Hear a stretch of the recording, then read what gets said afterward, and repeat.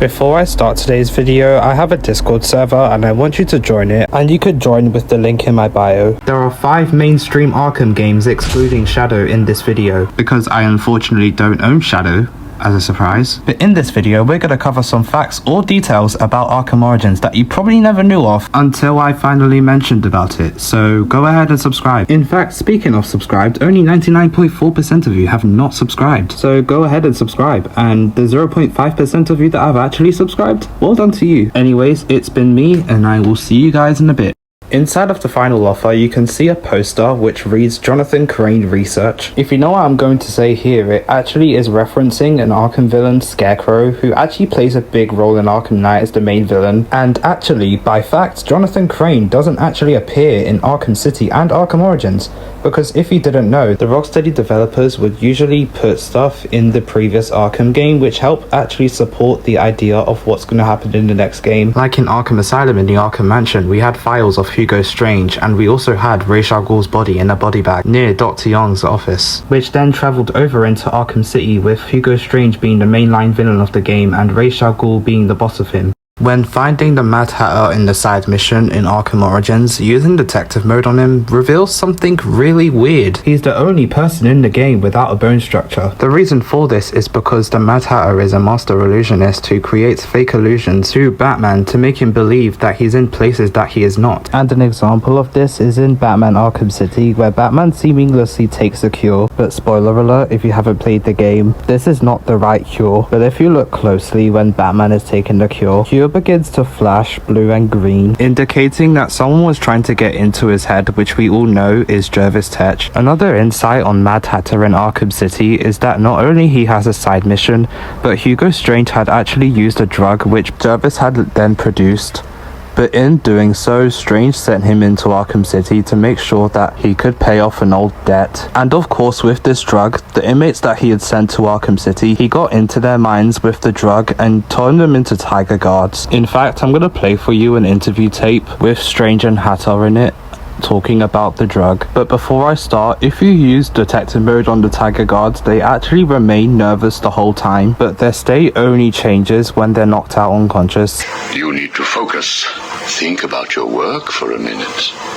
You theorize that there is no such thing as free will, that you can change a man's allegiances, his motives, emotions, all of what we believe makes a man, with chemicals.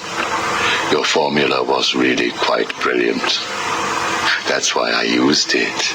And then deeper down into the mission, you can find ravens, which seemingly look like the same ones that are outside of the My Alibi nightclub, most likely referencing Bird, Bane's lieutenant. We all know of the 8 main assassins in Arkham Origins, spanning from Deathstroke, Firefly, Copperhead, Deadshot, the Electrocutioner, Lady Shiva, Bane, and Killer Croc. But did you know there was more to the assassins than just the main 8? Because inside of the steel mill there are files of rejected assassins, one of them being Cheshire, and the other 2 being David Kane and Black Spider. Unfortunately, these 3 never made it into the base game, or otherwise there would have been 11 instead of 8. This is a bit off topic to Arkham Origins, but actually has a link between the two. Batman Arkham City was supposed to receive an online DLC. Apparently the DLC was gonna be called Arkham City Gangland, which, like in Arkham Origins Online, you play as Batman and Robin and you take out profounding leading gangs like Joker and Bane. However, there was one catch though, the DLC was scrapped in 2011. In fact, Sefton Hill stated that delivering the desired scale, detail and gameplay depth would not have been possible if the team had to split their energy into including online multiplayer. In fact, if you want to play Arkham Origins Online in 2026, you can't actually do so because in August 2023, the online server shut down, making the platinum of this game practically impossible. But you can actually play this on the Steam version of the game by using mods. Inside of the Batcave, there is a model of a Batmobile which seemingly looks like the original Arkham Batmobile in Arkham Asylum. However, this model of the Batmobile does not get finished at the end of the game, as when you come back to the Batcave at the end of the game or after the defeating a Firefly. That same model of the Batmobile ends up getting destroyed and turned to rubble when rescuing Alfred. In rescuing Warden Joseph at the start of the game, you can continue the talk with Warden Joseph. He will explain that Black Mask, or inverted commas the Joker, threatened his family if he didn't let him through the prison. But what's really funny though is when after the game shows you the 8 main assassins, the game will actually explain to you that Black Mask, or what I would like to call him, the Joker, actually uses torment for intimidation. And in this conversation with Batman and the Warden, Batman belittles him and tells him that he should just stand up to criminals and just not let them be thrown around.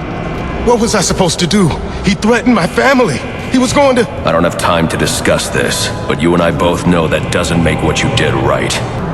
All I did was clear my men out of one wing. I assume Black Mask owns most of them anyway. You're the warden of this prison.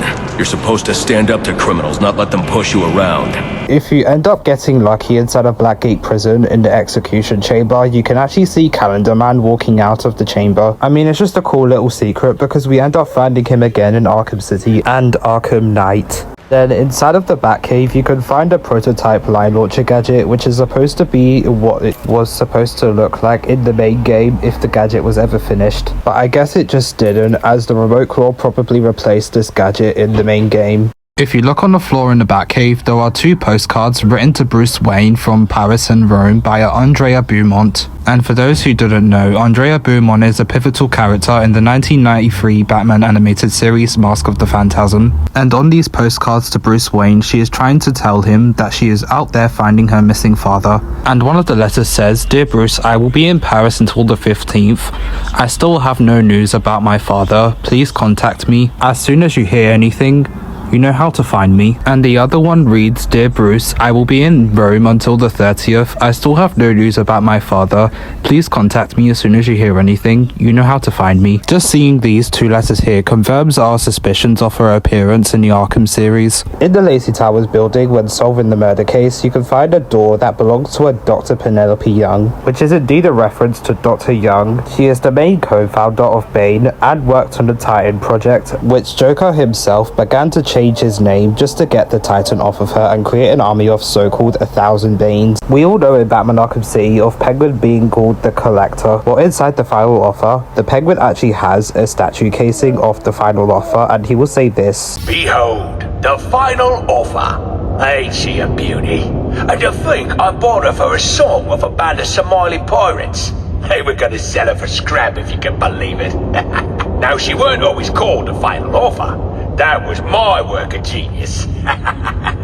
In a previous life, she was the hybrid cargo cruise liner Olivia B. Meredith. And that Olivia B. Meredith is actually a tribute to someone who played the Penguin in the 1960s Batman movie, just Meredith. In the Final Office Casino, you can find a painting next to a bunch of frozen aquariums.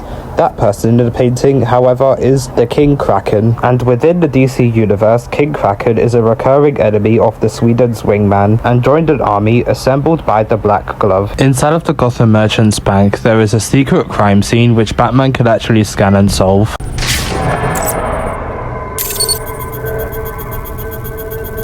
The laughter was a side effect of a poison. She wasn't laughing. She was dying. If I had known she was poisoned, I might have been able to save her. Well, that is the very same issue here in the steel mill. I could use my evidence scanner to examine the body for clues.